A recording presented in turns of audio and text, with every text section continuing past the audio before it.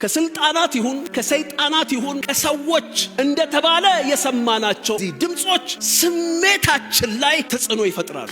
እንግዲህ ህዝቡ እኛስ ክርስቶስ ዘላለም እንዲኖር ከሕጉ ሰምተናል፣ አንተስ የሰው ልጅ ከፍ ከፍ ይል ዘንድ እንዲያስፈልገው እንዴት ትላለህ ብለው መለሱልን። አንተ እንዴት መሲሁ ይሞታል ትላለህ? አያችሁ፣ ቀድሞ የመጣው መረጃ ውስጣቸው ተጽዕኖ አደረገም። ያ ተጽዕኖ አንደኛው ስሜት ላይ ኦሪት ዘጸአት ምዕራፍ 33 ቁጥር 4 ላይ በስሜት ላይ እነዚህ ሌሎች ድምጾች የሚፈጥሩት ተጽዕኖና ከእግዚአብሔር ድምጽ ጋር የሚገጥሙበትን የጦርነት ይዘት ለማሳየት ህዝቡም ይህን ክፉ ወሬ ሰምተው አዘኑ። ፍልስጤማውያንም የእስራኤል ልጆች ወደ ምጽጳ እንደሰበሰቡ በሰሙ ጊዜ የፍልስጤማውያን አለቆች በእስራኤል ላይ ወጡ። የእስራኤል ልጆች ሰምተው ፍልስጤማውያንን ፈሩ። ሰምተው ፈሩ። ሐዘን፣ ፍርሃት። አሁን ከነዚህ የሌሎች ድምጾች ሌሎች ምንጮች የመጡት ድምጾች ስሜት ላይ የፈጠሩት አንዱ ሐዘን፣ ሌላው ፍርሃት። ወሬውን ሰምተናል፣ እጃችን ደክማለች፣ ምጥ ወላድንን ሴት እንደሚይዛት ጭንቀት ይዞናል።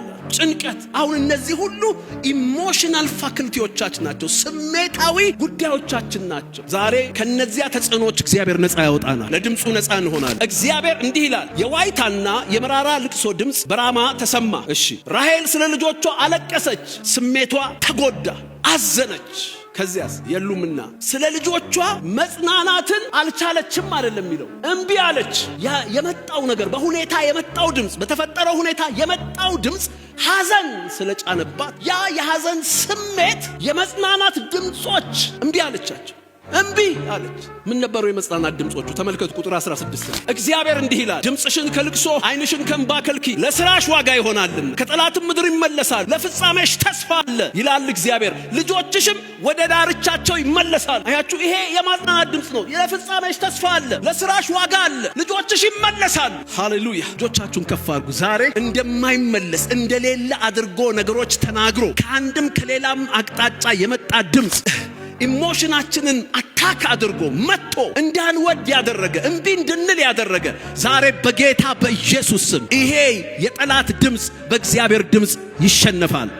አሁን ሁኔታችሁን እያያችሁ ያሳዘናችሁን ዜና እያሰባችሁ ያስጨነቃችሁን ያስፈራችሁን እየሰማችሁ እጆቻችሁን ከፍ አርጉና እንደዚህ በሉ፣ እንደዚህ በሉ፣ ለፍጻሜ ተስፋ አለ በሉ። እስቲ ነገሬ እንደዚህ አያልቅም፣ ህይወቴ እንደዚህ አያልቅም፣ ኑሮዬ እንደዚህ አያልቅም፣ ዘመኔ እንደዚህ አያልቅም፣ ምድሬ ለፍጻሜ ተስፋ አለ። በዚህ ይዘት አይፈጸምም፣ በዚህ ሁኔታ አይደመደምም። ለፍጻሜሽ ተስፋ አለ። የተወሰደው ይመለሳል፣ የተማረከው ይመለሳል፣ የሞተው ይነሳል፣ የወደቀው ይቆማል። አሜን በሉ እስቲ በደም